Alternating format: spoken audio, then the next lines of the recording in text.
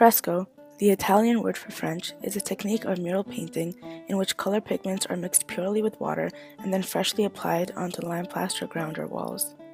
The earliest known frescoes date as early as 2000 BC by the Minoans during the Bronze Age. However, it was not until the Italian Renaissance that this form of art reached its peak. Highly acclaimed artists during this time period, such as Michelangelo and Raphael, generally applied these fresco techniques towards religious paintings featured in churches and cathedrals.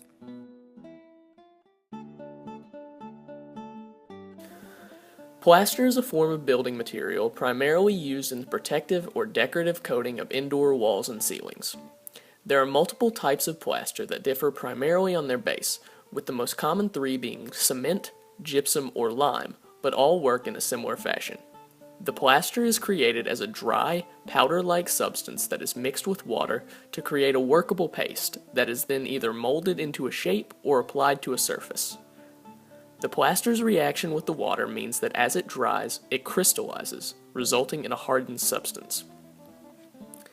Plaster is not a particularly strong material, and its main purpose in buildings is as decoration rather than providing actual support to a structure. It is also not very resistant to the elements, particularly water, unless specially treated, and is therefore primarily used indoors. Beyond simply being desirable for its smooth finishing appearance to walls and ceilings, lime-based plaster can also be pigmented while wet, a process which is used to create fresco paintings. Various types of molds and models are also created with plaster, as are casts that are used to support broken bones. Fresco secco, or dry fresco, is a simple concept. Instead of applying the paint as soon as the wet plaster is laid, you wait until the carbon dioxide in the air combines with the calcium hydrate in the wet plaster to form calcium carbonate, or in simplest terms, the plaster dries. And then you apply paint. However, the differences are significant. In a traditional fresco, the pigments in the paint bond with the plaster as it dries. Because the paint in a fresco secco sits on top of the already hardened plaster, the colors are not as rich or deep and will fade more rapidly. A fresco secco may also be at risk of flaking over time. Fresco secco does provide many advantages for the painter, however. Since the artist is not battling the chemical reaction that traditional frescoes is, the painter has a longer amount of time in which to do his work. It is also easier to touch up a fresco secco than an authentic fresco. In 79 AD, Mount Vesuvius, a volcano near Naples, erupted, covering the entire Roman settlement of Pompeii and its neighboring areas in lava and ash. While this was obviously a historical tragedy with tremendous loss of life, the burial of Pompeii does have an upshot for those of us in modern times, being that its buildings and art became remarkably well preserved in the ash. Since very few paintings, particularly frescoes, from the early Roman era have survived into modernity, Pompeii and the nearby settlement of Herculaneum, being so well preserved by their burial, have given art historians a wonderful opportunity to analyze several ancient pieces. The frescoes themselves depict a wide variety of subject material, ranging from birds to gods to sex, depending on the building the fresco happened to be located in, be it villa or brothel. Fresco painting, in essence, is the art of applying pigment in the form of paint onto wet plaster. Generally, a few layers of plaster, sand, and sometimes marble dust are applied and allowed to dry and harden on the wall. Next, the artist prepares a full-size drawing of the image. The outline is transferred onto the wall. Then, a final smooth coating of plaster, called an intonaco, is applied in an area. The image's contours and interior lines are traced onto the plaster. The final layer of the plaster should remain moist for many hours, so when the artist applies his pigments in the form of paint onto the surface, they become bound to the sand and become part of the wall. So, fresco is really resistant to aging.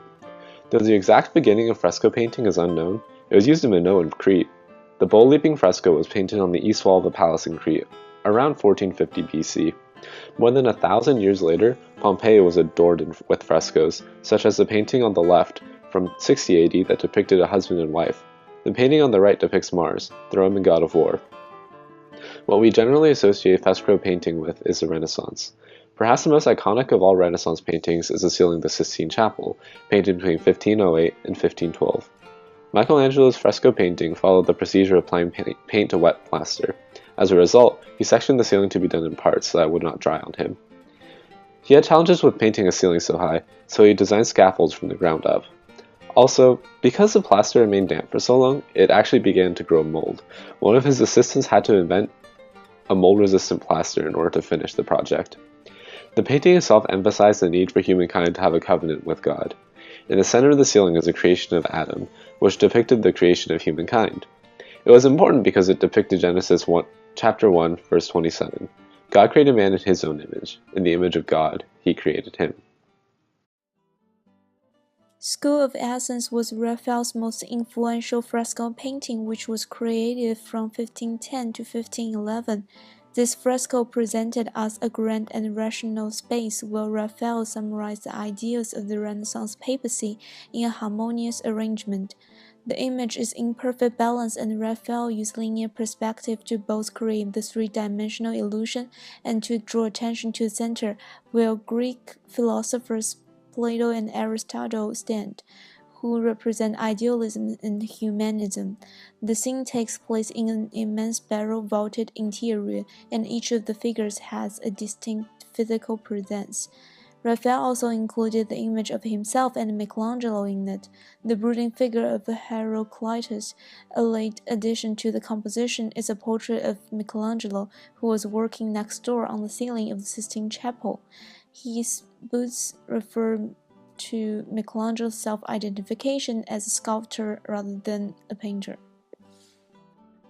Leonardo da Vinci created the Last Supper from 1495 to 1498. Just like the School of Athens, the Last Supper is another high Renaissance artwork for its harmonious balance, linear perspectives, and all the details on human bodies, clothes, and even the settings.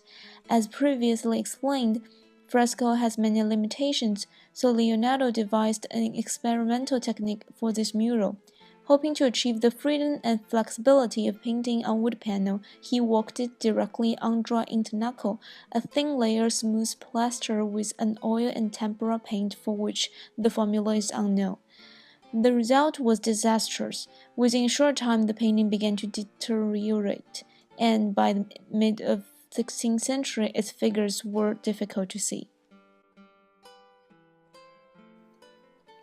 The very idea of the restoration of Michelangelo's Sistine Chapel ceiling sparked controversy. Art experts, historians, and many others argued over whether or not the potential pros of the restoration outweighed the cons. The center of this controversy was that it was unknown if Michelangelo had painted exclusively buon fresco, or wet fresco, in which case anything on top of the plaster itself could be scrubbed away, or if he had gone back and painted fresco secco in order to touch up details or correct errors. If he had done so, then the restoration could remove these details and alter Michelangelo's masterpiece. In the end, the restoration was completed in 1994, and it was concluded that all fresco secco on the ceiling had been the work of earlier restoration attempts. The restoration revealed colors far more lively than expected, and long-lost details of the work saw light once again.